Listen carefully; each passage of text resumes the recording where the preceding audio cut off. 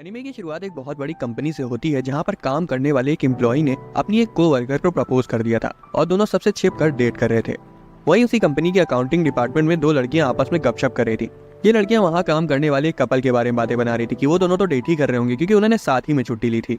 और उनकी ये बकवास ताताएशी मासुगे भी सुन लेता है जो कि एक 28 साल का एम्प्लॉय है। वो उन दोनों को देखकर सोचने लगता है कि मेरी बुआ की तरह ही इनको भी चुगली करने के अलावा और कोई काम नहीं आता।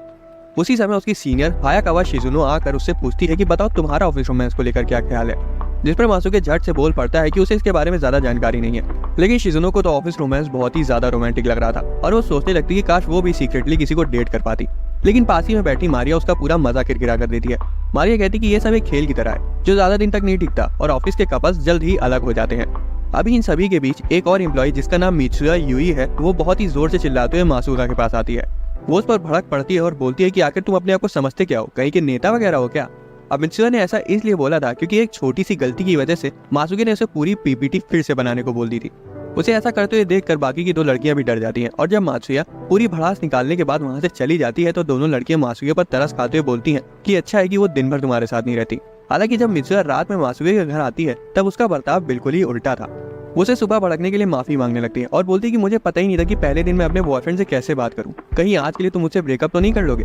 वही मासुके तो अलग ही डर होता है कि कहीं ऐसा तो नहीं है कि मित्सुया गुस्से में आकर उसे छोड़कर चली जाए। असल में इन दोनों का एक दूसरे पर काफी दिनों से क्रश था, लेकिन किसी तरह हिम्मत करके मासुके ने मित्सुया को प्रपोज किया और उसने हाँ भी कर दिया और दोनों को रिलेशनशिप में आए हुए अभी सिर्फ एक ही दिन हुआ है।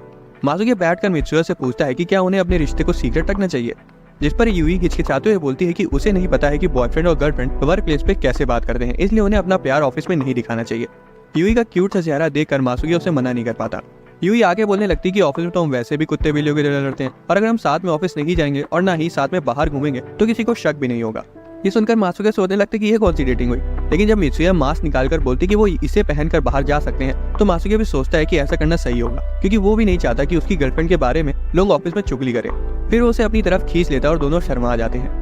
कुछ दिनों बाद मित्सुया का मैनेजर अपने ऑफिस में बोलता है कि कुछ जरूरी कागजात अकाउंटिंग डिपार्टमेंट में देने हैं। ये सुनकर यूई सोचती है कि बहुत ही अच्छा मौका है मासुके से मिलने का और वो हाँ बोल देती है। लेकिन तभी दूसरी लड़कियां बोलती कि तुम वहां नहीं जा सकती हो क्योंकि तुम हमेशा मासुके से बदतमीजी से बात करती हो। ये सुनकर मित्सुया रोने जैसा मुंह बना लेती क्योंकि एक हफ्ते से वो दोनों एक दूसरे से मिल भी नहीं पाते। कभी काम ज्यादा हो जाता था और कभी मासुया इंतजार करते करते वहीं सो जाती थी। महीना खत्म होने की वजह से ऑफिस में ज्यादा काम चल रहा था इसलिए मासुके का भी यही हाल था।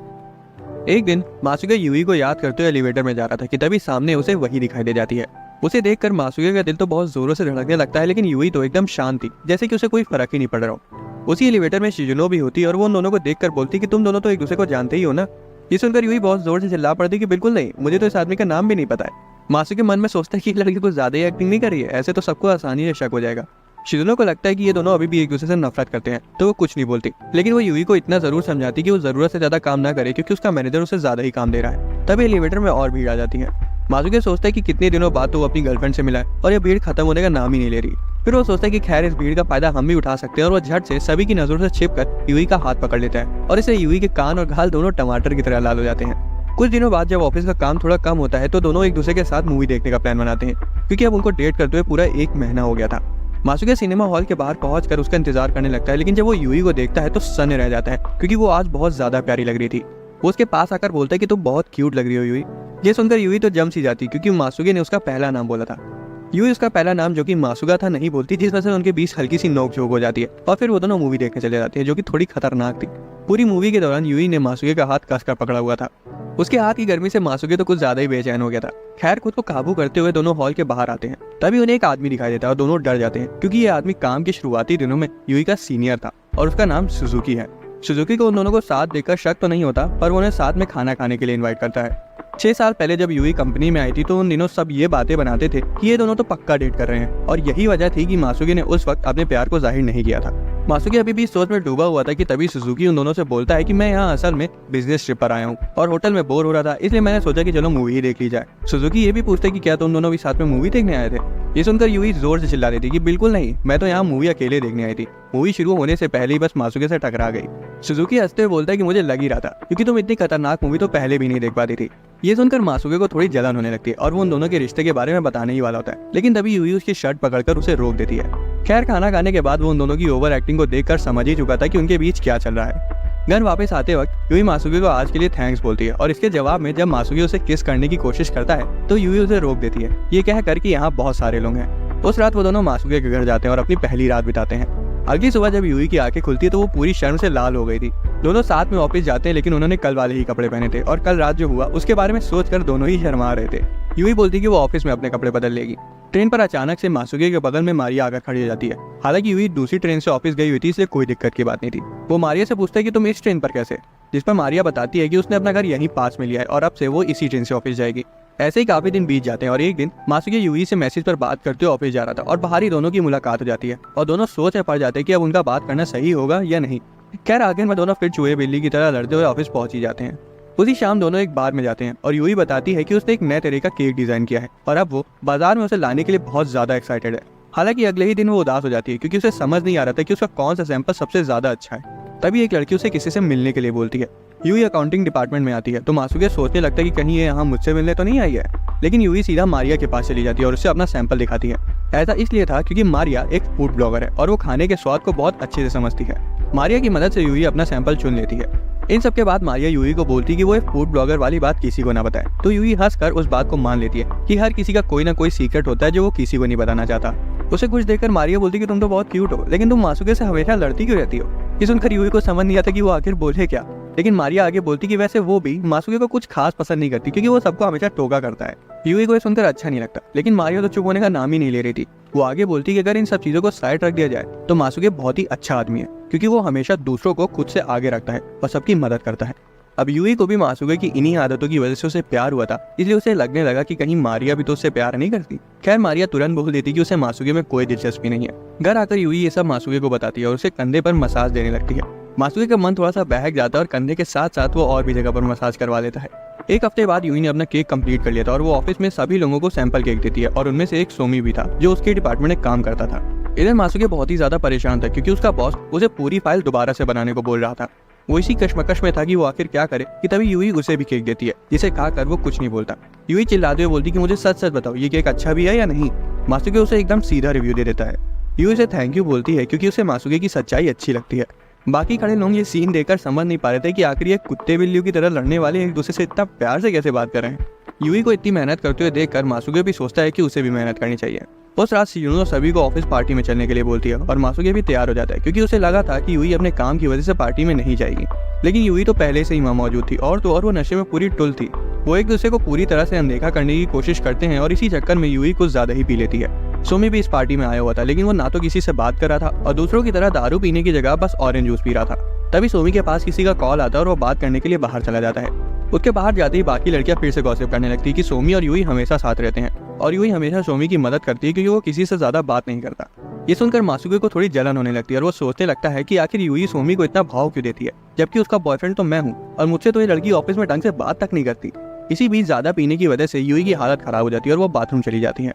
मासुके भी उसकी मदद करने के लिए उसके पीछे चला जाता है और वहाँ उसे ऐसी हालत में देखकर बोलता है कि तुम्हें जाकर थोड़ा आराम कर लेना चाहिए, जिस पर यूई बोलती कि वो किसी को परेशान नहीं करना चाहती। मासुके को लगता है कि जरूर मेरी ही वजह से उसकी हालत ऐसी हुई है, तो उसकी पीठ चलाते हुए बोलता है कि जब तक तुम ठीक नहीं हो जाती तब तक मैं यहीं रहूंगा। ये सुनकर यूई उसका हाथ पकड़कर अपने गले पर रख लेती है और बोलती है कि तुम्हारा हाथ बहुत ही ज्यादा गर्म है और मुझे एक गर्मी चाहिए। मासुके भी उसके करीब आने लगता है कि तभी बाथरूम का दरवाजा खुलता है और सोमी अंदर आ जाता है। सोमी ने उन दोनों की सारी बातें सुन ली थी, इसलिए वो मासुके से पूछता है कि क्या तुम दोनों सच में डेट कर रहे हो। कोई चारा ना होने के कारण मासुके सोमी को बता देता है कि यूई उसकी गर्लफ्रेंड है। अगले दिन यूई बहुत ही ज्यादा डरी हुई थी और वो मासुके से बोलने लगती है कि अगर इस बात को आग की तरफ फैलने से रोकना है तो हमें सोमी की फील्डिंग सेट करनी पड़ेगी। ये सुनकर मासुके तो डर ही जाता है और बोलता है कि अरे ऐसा करने की कोई जरूरत नहीं है, हम सोमी पर विश्वास कर सकते हैं। फिर उसके बालों को प्यार से छूते हुए बोलता है कि तुम चिंता मत करो, सब ठीक होगा। ऑफिस में आकर शिजुनो मासुके को एक बहुत ही अच्छी खबर देती कि आखिरकार बॉस ने उसके काम को मंजूरी दे दी है। मासुके बहुत ही खुश होता है और वो सीधा सोमी के पास जाता है और उससे बोलता है कि प्लीज तुम हमारे बारे में किसी को बताना मत। ये सुनकर सोमी बोलता है कि तुम लोगों ने चोरी थोड़ी ना की है जो इतना डर रहे हो, ये तो ऑफिस में या फिर बाहर सब करते हैं। मासुके बोलता है कि उसे भी पहले यही लगता था, लेकिन यूई की वजह से उसे समझ आया कि काम के बीच में प्यार को नहीं लाना चाहिए। ये सुनकर सोमी बोलता है कि वो वैसे भी किसी को नहीं बताने वाला था क्योंकि यूई बहुत ही अच्छी लड़की है और वो हमेशा उसकी मदद करती है और वो कभी नहीं चाहेगा कि उसे कोई परेशानी हो। मासुके खुश हो जाता है, लेकिन तभी सोमी बोल पड़ता है कि शादी के बाद तो सबको पता ही चल जाएगा, जिसे सुनकर मासुके शॉक हो जाता है क्योंकि उसने शादी के बारे में कभी सोचा ही नहीं था। वो सोमी को इसके बारे में कुछ नहीं बोलता और बात बदल कर घर वापस चला जाता है। अगले दिन ऑफिस में यूई और उसके साथी मीटिंग में थे और सभी वही पुराने तरीकों के बारे में बात कर रहे थे।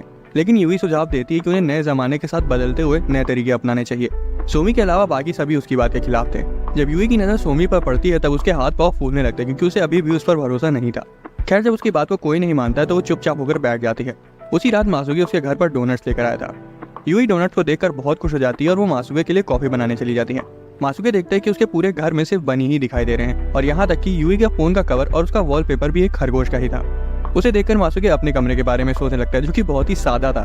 तभी यूई कॉफी लेकर आती है और वो उसे बोलती है कि उसे डोनट्स बहुत पसंद है, और वो ये सोचने लगती है कि कौन सा फ्लेवर पहले खाए। वो मेपल क्रीम वाला डोनट उठाकर उसे खाते हुए बोलती है कि ये बहुत ही ज्यादा स्वादिष्ट है, मैं इसे बहुत दिनों से खाना चाहती थी, क्योंकि ऑफिस में सभी ये लेकर आते थे। वो मासूके से पूछती कि उसे कौन सा डोनट अच्छा लगता है, जिस पर मासूके बोलता है कि उसे मीठा ज्यादा पसंद नहीं है और वो डोनट भी सिर्फ यूई के लिए लाया था। उसे यूई को नजदीक से जानना था कि उसे क्या चीज नहीं पसंद है और कौन सी चीज देखकर यूई बहुत ही ज्यादा खुश हो जाती है। फिर वो भी एक डोनट उठाकर यूई के बारे में सोचते हुए उसे खाता है और बोलता है कि मुझे भी अब मीठा पसंद आने लगा है। तभी वो देखता है कि यूई उसी की तरफ देख रही है और वो उसे डोनट देते हुए पूछता है कि क्या तुम ये चॉकलेट फ्लेवर टेस्ट करोगी। यूई आगे बढ़ जाती है और मासूके की गोद में बैठकर उसे किस करती है। मासूके तो पूरा लाल हो जाते हैं, क्योंकि आज पहली बार यूई ने उसे आगे से आकर किस किया है। इसके बाद यूई बोलती है कि इसका टेस्ट बहुत ही ज्यादा मीठा था, और वो कॉफी बनाने के बहाने किचन में चली जाती है। इधर मासूके को तो बहुत गर्मी लगने लगी थी और वो हंसते हुए सोचता है कि ऐसा करते हुए यूई बहुत ही प्यारी लगती है। यूई कॉफी लेकर आती है और डोनट्स को खत्म करने के बाद वो थोड़ी सी परेशान थी, क्योंकि उसे अब भी समझ नहीं आ रहा था कि वो ऑफिस में सोमी के साथ कैसे बात करे। मासूके सोमी के साथ की अपनी बातचीत को याद करते हुए यूई का सिर सहलाता है और बोलता है कि तुम्हें चिंता करने की जरूरत नहीं है, क्योंकि सोमी बहुत ही अच्छा आदमी है। ये सुनकर यूई थोड़ा सा शांत होती है, लेकिन अगले दिन फिर से मीटिंग के दौरान वो बार बार यही सोच रही थी कि सोमी से बात कैसे की जाए। तभी एक लड़की आइडिया देती है कि उन्हें अलग अलग तरह के डोनट्स भी बनाने चाहिए। यूई तुरंत बोल पड़ती है कि यहाँ पास के कैफे के डोनट्स बहुत ही स्वादिष्ट हैं, जो मेरे दोस्त ने ला कर दिए थे।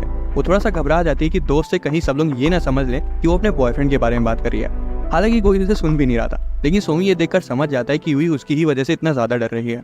कुछ समय बाद बाकी के दो लोग किसी काम से बाहर जाते हैं तो यूई सोचती है कि यही सोमी से बात करने का सही मौका है। वो चाहती थी कि पहले सोमी कुछ बोले, लेकिन सोमी तो कुछ बोल ही नहीं रहा था, और यूई को इस हालत में देखकर आखिर में सोमी सिर्फ इतना बोलता है कि क्या मैं इतना बुरा हूँ कि तुम मुझ पर भरोसा भी नहीं कर सकती हो। यूई को लगता है कि वो कुछ ज्यादा ही सोच रही है और सोमी सच में काफी अच्छा आदमी है। सोमी उसके चेहरे को देखकर बोलता है कि मासूके सही कहता है, तुम इतनी ज्यादा डरती हो कि मेरे से तो नहीं, पर तुम्हारे हाव भाव देखकर तो लोगों को जरूर शक हो जाएगा। अगले दिन मासूके शिजुनो और मारिया के साथ मीटिंग में था और शिजुनो उसे वेयर हाउस से कुछ फाइल्स लाने को बोलती है। मासूके जब फाइल्स लेकर वापस आ रहा था तो देखता है कि बगल वाले कमरे से कुछ आवाज आ रही है। मासूके अंदर जाता है तो यूई को देखता है, जो कि कुछ ढूंढ रही थी। यूई से देखकर बहुत ज्यादा खुश होती है और मासूके उसकी मदद करने लगता है। वो मना करती है, लेकिन मन ही मन बहुत ही ज्यादा खुश भी थी।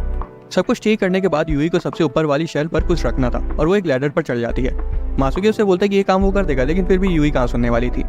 मासूके नीचे से लैडर को पकड़ रखा था ताकि वो गिरे ना, और वो बिल्कुल ऐसे खड़ा था कि यूई की स्कर्ट के अंदर का सब साफ साफ देख पा रहा था। मासूके बोलता है कि अच्छा हो कि मैं यहाँ खड़ा हूँ, क्योंकि तुम्हारी स्कर्ट के नीचे से सब कुछ दिख रहा है। यूई शर्मा जाती है और उसका बैलेंस बिगड़ जाता है और वो नीचे गिरने वाली होती है। हालांकि मासूके उसे पकड़ लेता है। दोनों बहुत ही ज्यादा करीब थे और किस करने वाले होते हैं कि तभी यूई की कोवर्कर्स उसे ढूंढते हुए स्टोर रूम में आ जाती हैं। वो चिल्लाती हैं कि मीटिंग जल्दी खत्म हो गई, इसलिए वो यहाँ उसकी मदद करने आई हैं, लेकिन उनको तो वहाँ कोई नहीं दिखता। असल में उनकी आवाज सुनते ही मासूके और यूई शेल्फ के पीछे जाकर छिप गए थे। वो दोनों बहुत ही ज्यादा अनकंफर्टेबल पोजीशन में बैठे हुए थे। जहाँ मासूके ने अपना पैर मोड़ कर रखा था तो यूई उसकी गोदी में बैठी हुई थी। यूई तो शर्म से बिल्कुल लाल हो चुकी थी और उसके दिमाग में बस यही चल रहा था कि कहीं कोई उन्हें देख न ले, जबकि मासूके के मन में तो कुछ और ही दिक्कत चल रही थी कि अगर यूई थोड़ा सा भी आगे पीछे हुई तो उसके शरीर का एक हिस्सा उसे छू जाएगा, और अगर वो थोड़ा सा पीछे हुआ तो वहाँ रखा बोर्ड नीचे गिर जाएगा। ऊपर से कोई उन्हें अगर ऐसे देखेगा तो उन्हें यही लगेगा कि वो कुछ और ही कर रहे थे। आखिर में वो दोनों लड़कियां स्टोर रूम साफ करके वहाँ से चली जाती हैं और दोनों की जान में जान आती है। दोनों डरते हुए हंसने लगते हैं और एक दूसरे से वादा करते हैं कि वो बाहर ऐसा फिर कुछ भी नहीं करेंगे, खासकर ऑफिस में तो बिल्कुल भी नहीं। अगले दिन काम के बाद शिजुनो सभी को बेसबॉल मैच की टिकट देती है, जिसे देखकर मासूके तो बहुत ही ज्यादा खुश हो जाता है, क्योंकि उसे बेसबॉल बहुत पसंद था। लेकिन जब वो स्टेडियम में बैठा था तो उसे यकीन नहीं होता कि यूई उसके बगल में ही बैठी है। ऐसा इसलिए था क्योंकि शिजुनो ने अपने साथ सोमी के डिपार्टमेंट के लोगों को भी यहाँ बुलाया था। मासूके को काफी अच्छा लग रहा था कि वो पहली बार अपनी गर्लफ्रेंड के साथ बेसबॉल देखने आए हैं। वहीं यूई को तो बेसबॉल का ABCD भी नहीं पता था, लेकिन मासूके को खुश देखकर उसे भी बहुत अच्छा लग रहा था। वो दोनों हर अच्छे शॉट के बीच एक दूसरे को हाई फाई भी दे रहे थे। हाफ टाइम में वो कुछ खरीदने जाते हैं और इसी बीच कोई यूई को धक्का दे देता है तो मासूके उसका हाथ पकड़ लेता है ताकि फिर से वैसा कुछ ना हो। अपने बॉयफ्रेंड को ऐसा करते देखकर यूई का दिल धक धक करने लगता है।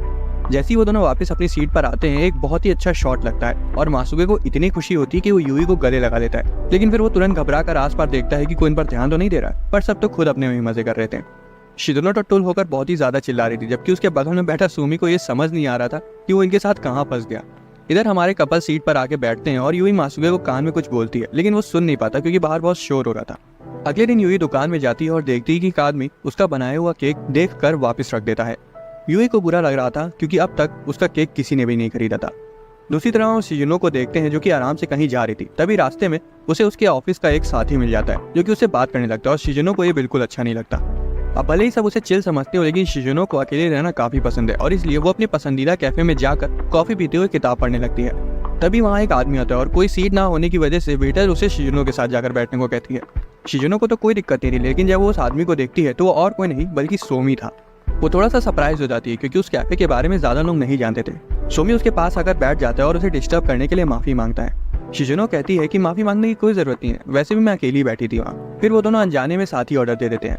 दूसरी ओर जब मासूके यूही से स्टेशन पर मिलता है तो पूछता है कि क्या कोई चीज तुम्हें परेशान कर रही है, जिस पर यूही बोलती है कि ऐसा कुछ नहीं है, लेकिन तुम ये क्यों पूछ रहे हो।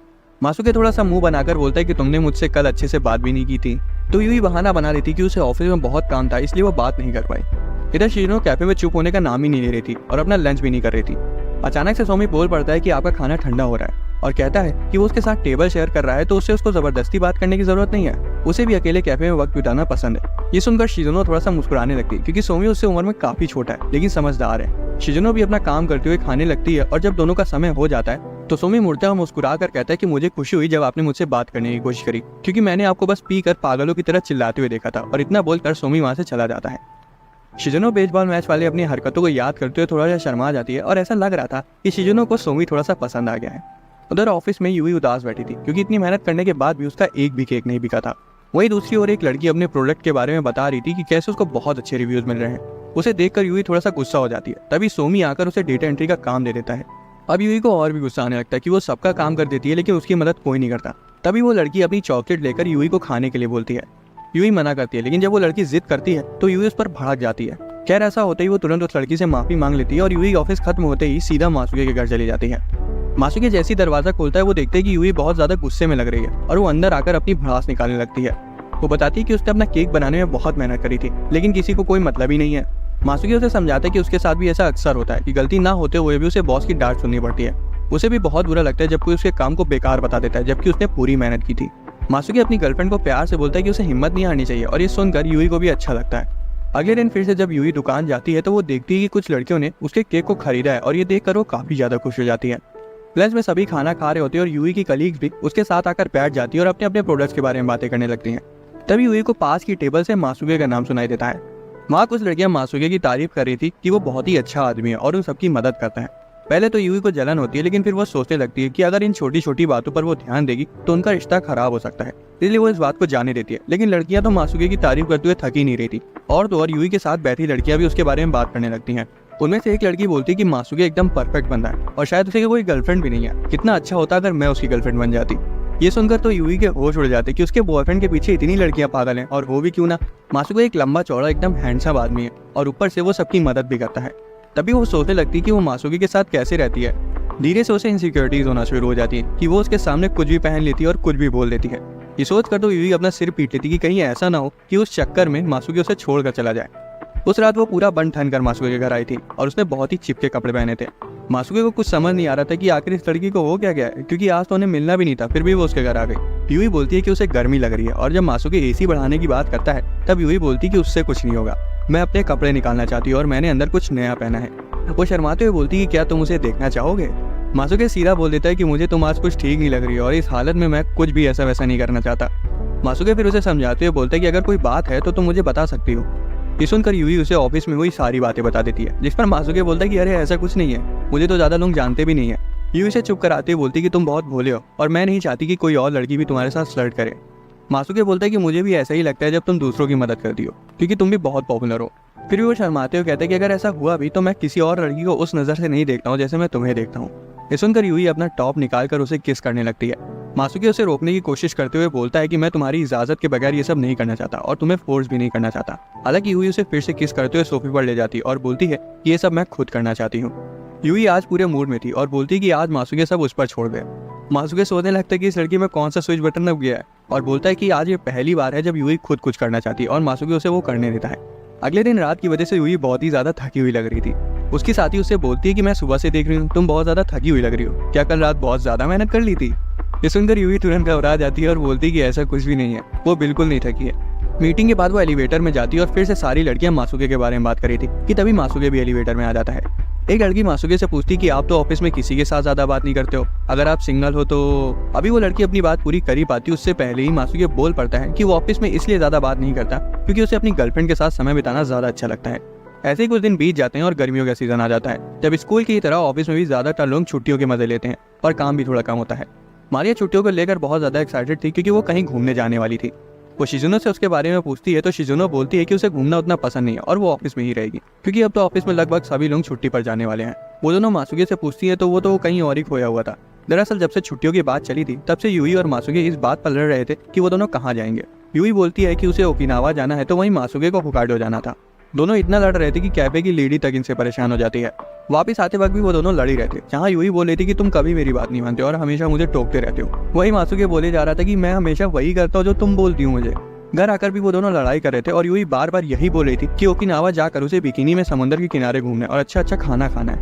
ये सुनकर मासूके बोलते कि तुम्हें बिकिनी क्यों पहननी है, हमें होकाइडो जाना चाहिए ताकि हम आराम से हॉट स्प्रिंग में मजे ले सके और साथ में अच्छा अच्छा खाना खा सके। यूई बोलती है कि वो बुड्ढों की तरह ऐसे नहीं करने वाली है। ये सुनकर मासूके चिल्लाते हुए बोलता है कि मैंने एक प्राइवेट हॉट स्प्रिंग बुक किया है ताकि हम साथ में नहा सके, और इतना बोलते ही वो शर्म से लाल हो जाता है। असल में वो तो बस अपनी पहली ट्रिप को बहुत ज्यादा यादगार बनाना चाह रहा था। यूई थोड़ा सा शर्मा जाती है और बोलती है कि अगर ऐसी बात है तो हम आज भी साथ में बात लेने का ट्राई कर सकते हैं। मासूके ऐसा मौका कैसे छोड़ देता, इसलिए दोनों साथ में एक ही बाथटब में मजे से नहाते हैं। वो बाथटब उनके लिए छोटा पड़ा था जिस वजह से वो सोचते हैं कि उन्हें कहीं पास में एक अच्छा सा रूम बुक करके बढ़िया सा बात एंजॉय करनी चाहिए। आखिर में वो फैसला करते कि वो मासूके के होम टाउन यामानाशी जाएंगे। इधर मारिया फिर से मासूके को आवाज लगाती है तो वो तुरंत उन दोनों से बोलता है कि वो अपने परिवार से मिलने यामानाशी जा रहा है। दोनों से मजे करने के लिए बोलते हैं और अपने काम में लग जाते हैं।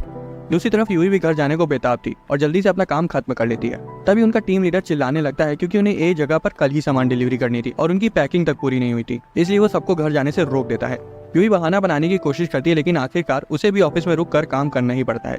वो बार बार सोच रही थी कि वो यहाँ से कैसे निकले क्योंकि अगर काम खत्म नहीं हुआ तो वो घर नहीं जा पाएगी और कहीं ऐसा ना हो कि वो बस की ट्रिप ही मिस कर दे। दूसरी तरफ यूई के घर ना आने पर मासूके थोड़ा सा परेशान हो गया था और वो बार बार उसे कॉल और मैसेज कर रहा था, लेकिन यूई उसका जवाब नहीं दे रही थी।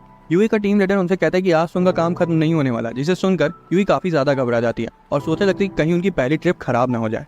हालांकि कुछ ही देर में सोमी और बाकी सारे कोलीग्स भी ऑफिस आ जाते हैं और वो सभी मिलकर पैकिंग को सही समय पर खत्म कर देते हैं। टीम लीडर सबका शुक्रिया अदा करता है और सभी अपने अपने घर जाने लगते हैं।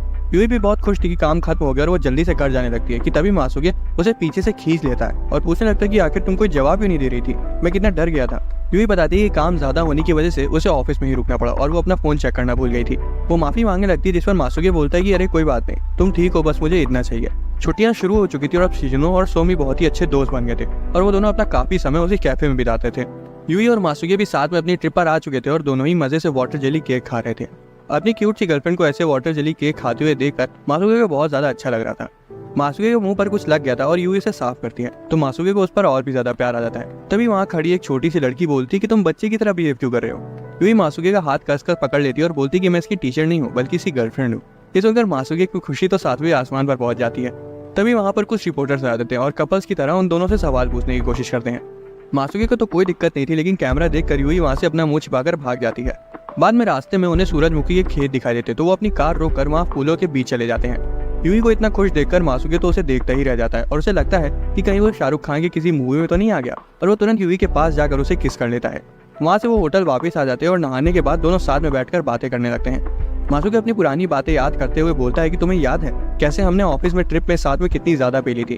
उसकी बातें सुनकर यूई भी हंसने लगती है और बोलती है कि मुझे बहुत ज्यादा खुशी है कि मैं इस ट्रिप पर अकेले नहीं आई, और ऐसा बोलते हुए वो मासूके को किस करती है। अगले दिन जब यूई की नींद खुलती है तो वो मासूके के साथ उसके बिस्तर में थी और ऐसा लग रहा था कि वो दोनों अभी भी नशे में थे। यूई बोलती कि कल की रात बहुत ज्यादा अच्छी थी।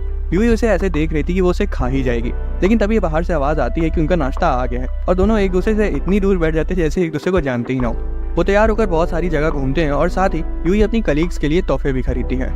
तभी दोनों एक दुकान पर जाते हैं जहाँ कुछ लोग अपने खेत के अंगूर बेच रहे थे। मासूके थोड़ा सा घबरा जाता है क्योंकि उसके मम्मी पापा भी अंगूर की खेती करते हैं और वो सोचने लगते हैं कि कहीं ऐसा ना हो कि वो भी पास में ही हो, लेकिन फिर वो खुद ही बोलता है कि ये बस मेरा वहम है। इसके बाद दोनों एक जगह बैठ जाते हैं और यूई पूछती है कि तुम अपने मम्मी पापा से मिलने कब जाओगे। मासूके बोलता है कि उसके मम्मी पापा इस समय बहुत ज्यादा बिजी हैं क्योंकि गर्मियों में अंगूर ज्यादा बिकते हैं, इसलिए उनका पूरा समय उसी में चला जाता है। यूई बोलती है कि उसे यहाँ बहुत अच्छा लगा और अगली बार जब वो यहाँ आएंगे तो उसके मम्मी पापा से मिल कर जाएंगे। अब क्योंकि आज उनका ट्रिप पर आखिरी दिन होने वाला था, इसलिए दोनों एक साथ बाथटब में मजे करते हैं। दोनों अपने फ्यूचर के बारे में बात कर रहे थे और दोनों ही अपना अपना गोल बनाते हैं कि साल के आखिर तक वो खुद को बेहतर बनाएंगे, और जो ऐसा नहीं कर पाएगा वो 1 साल का कमरे का पूरा किराया देगा। छुट्टियां खत्म हो जाती है और सभी ऑफिस वापस आ जाते हैं।